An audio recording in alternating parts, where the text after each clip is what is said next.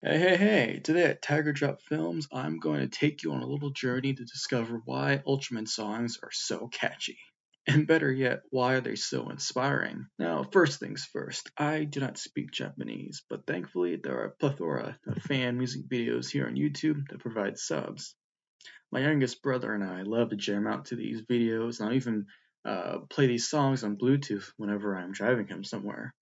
So I believe that even for kids in other countries, they can feel the energy of these Ultraman songs, and that it has also helped with the connection to these characters as they watch these shows. Guys like Ultrafan here were essential in our enjoyment of these themes since he provided English subs and cool music videos that showed the journey of these Ultras. Please, go check out his stuff if you haven't already. And any footage used in this video more than likely came from one of his videos, so all respect to Ultrafan here. The original Ultraman was of course the first Ultra to have his own theme song. Probably the most iconic lyrics from the song are, "From the land of light, here he comes, our Ultraman." This first Ultraman theme song is prestigious in a plethora of ways. It's for being upbeat and getting the audience pumped with its optimism, and especially being catchy with the instrumental alone. Even if you don't speak Japanese, I think that hearing the song immediately gets the point across that Ultraman is a heroic character to cheer for. And it's even more noteworthy that the song is only 2 minutes and it gets so much emotion across. Heck, this classic theme has been translated to English, Spanish, and French.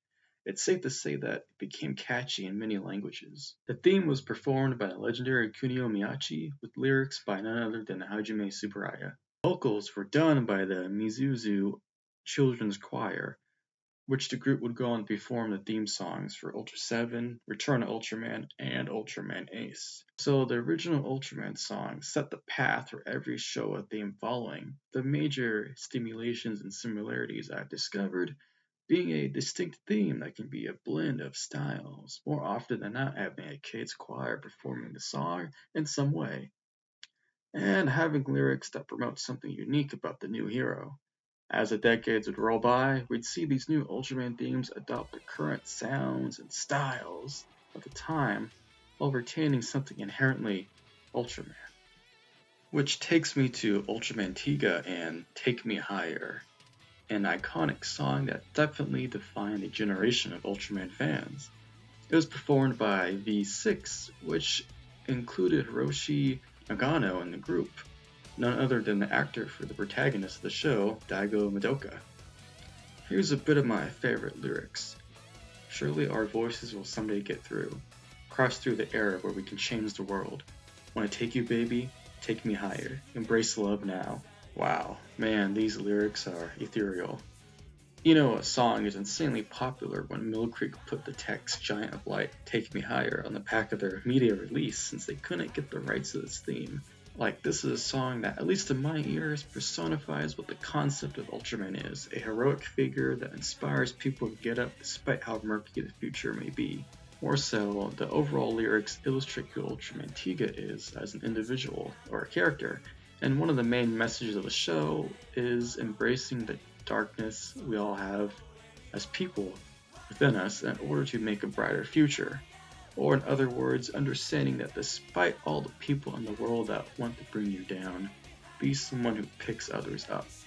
And in doing so, people that you've made an impact on will be there when you need saving yourself. That describes Ultraman Tiga, wouldn't you agree? And I mean even outside of his appearances in his own show.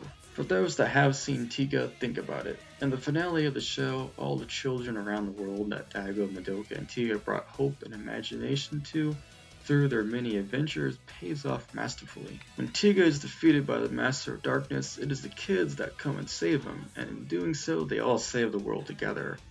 That's just like any kid that looks up to a hero. It's a finale that brings tears in my eyes every time, and for it is one that remembers that superheroes are for kids, and there's nothing wrong with that, especially since Tiga became popular with the college crowd too. So there's definitely something important going on with the story. Because it understands that we're all kids at one point, if anything, it feels poetic to have a Lovecraftian terror, or eldritch beings made up by the fears of adults, to be defeated by something as simple as kids wanting to help their hero, the hope of children defeating the fears of adults. And just like the point of the Tiga Ultraman Gaia trilogy, it's about the next generation being able to create a brighter future. Take Me Higher played during the original airings of Ultraman Tiga's finale when he rises back up, and there's no doubt it fits. However, in the recent Mill Creek release and Chronicle Z from 2 years ago, a different theme played during the final battle due to copyright issues. That theme was Brave Love Tiga, the ending song for the show. Now this theme still fits pretty well. It was even a theme that way back when the show was airing, fans loved it so much that it ended up staying the only ending theme for Tiga for the entirety of its runtime. There's a video by a Japanese YouTuber whose name I believe translates to Silver Meteor, and they do incredible music videos with a great one over Brave Love Tiga. In their videos, they add dialogue from their respective show that plays a few times during the song, which highlights the honest power of Ultraman to the characters. Brave Love Tiga was performed by the superband Earth Protection Force, a one-off team-up of collective artists. The lyrics speak of the singers calling out to Ultraman Tiga, beckoning him to grant them the power of courage and love, for there is not enough of it in the world. I think this part is my favorite verse. Even in any darkness, the stars are shining somewhere. Weakly furled stars are also shining while seeking out dreams. I love you, cries the spirit, opening the gate of time and toward the future that you await. Ultraman Tiga was the first in a new trilogy, or as you may know, the Heisei era of Ultraman, and it should be noted that this was the first time in an Ultraman series that there was a song played during the end credits. And so this brings me to the next song I want to discuss, or the first ending theme of Ultraman Gaia, Kimi, Dake, Mamoritai. This title translates to Only You I Want to Protect, and it was originally performed by singer Fumiaki Nakajima and composed by Toshihiko Takemizawa. This bodacious song screams positive masculinity. I mean, in the latter half, Nakajima sings la la la la la, and I love it. From the iconic opening with the guitar, followed by the sexy drums and vocals, mixed with the quick Ultraman Gaia shubach sound at one point, and the determined happiness of the song's vibe, it's a force to be reckoned with. It's simply as legendary as it is inspiring in its lyrics of love. Honestly, the entirety of this song's verses I could list as my favorite. If I had to pick one part, though, it would be this. More than anyone or anything, you alone I want to protect. No matter how long or how far, you alone I want to protect. Wow, wow, wow, shout it out now, the world will not end.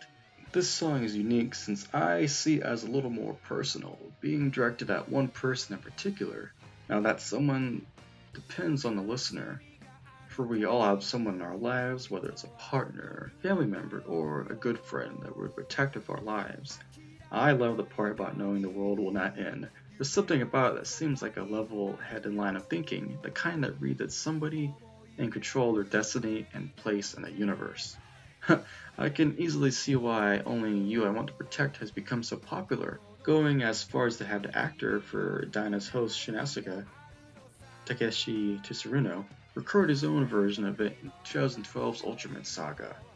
The song even recently had a cover by Voyager in the Chronicle D series that aired right before Ultraman Decker.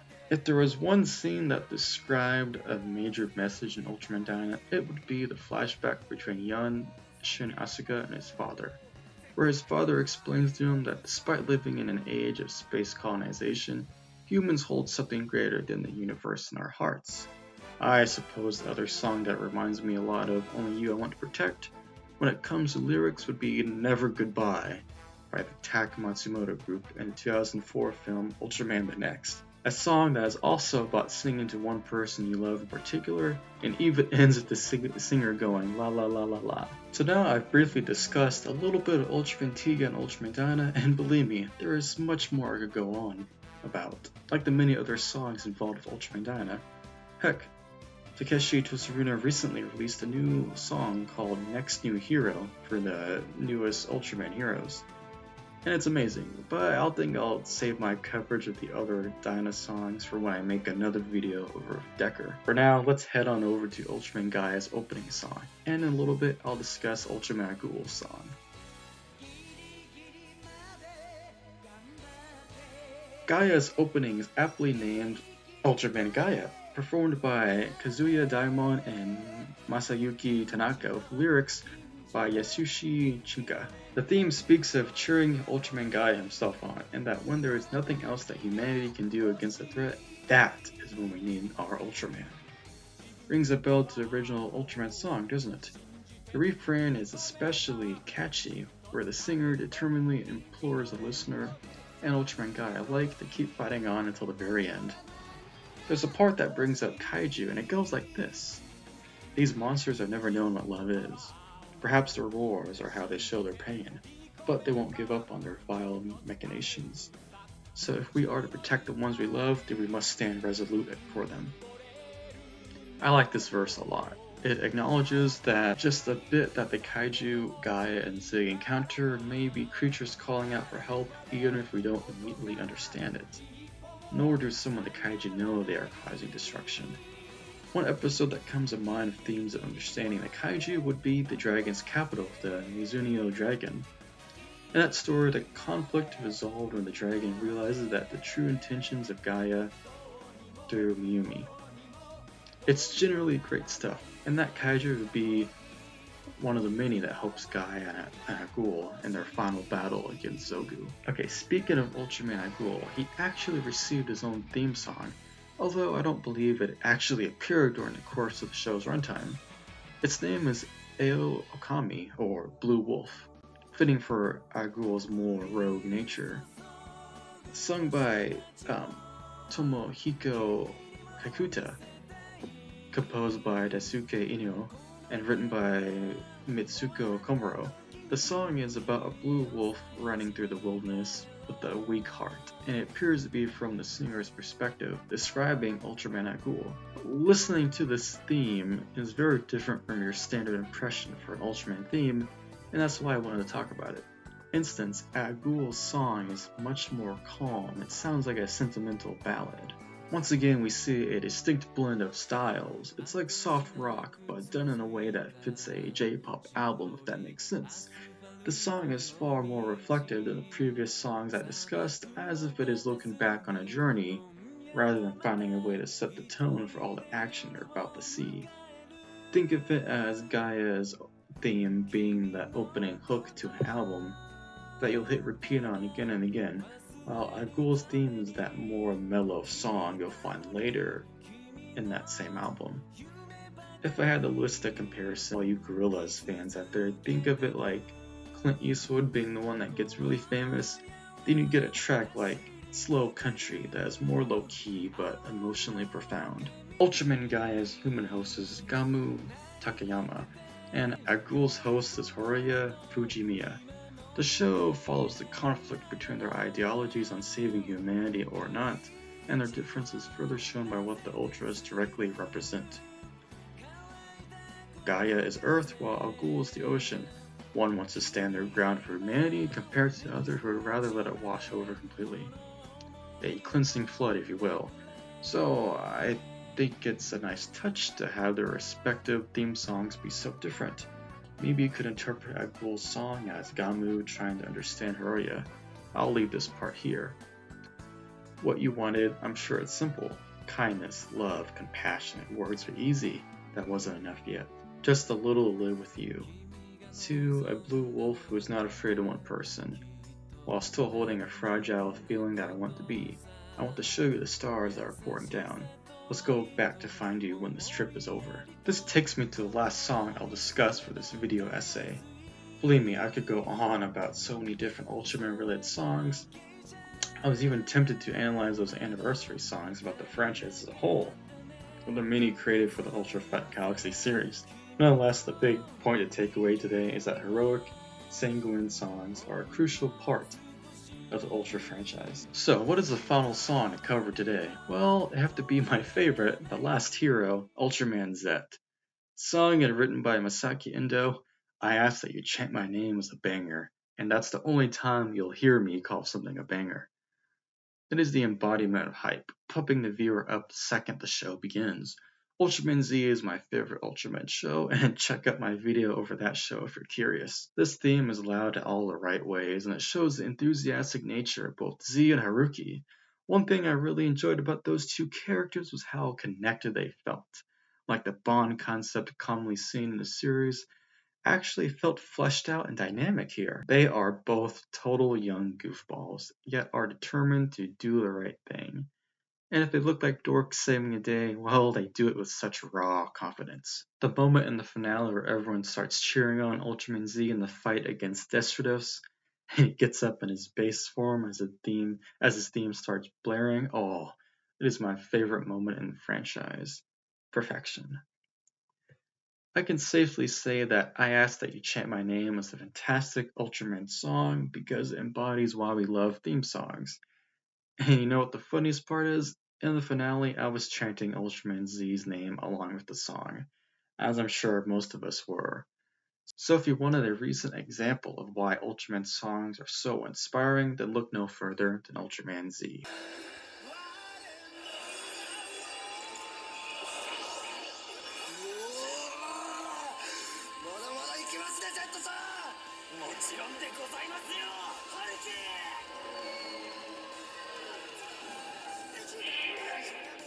Thank you guys so much for watching. I'm grateful for any views and feedback. Please be sure to like and subscribe if you enjoyed this video, and let me know what your favorite Ultraman songs are in the comments below. I would love to hear your thoughts on any songs I didn't bring up in the video. Take care and stay tuned.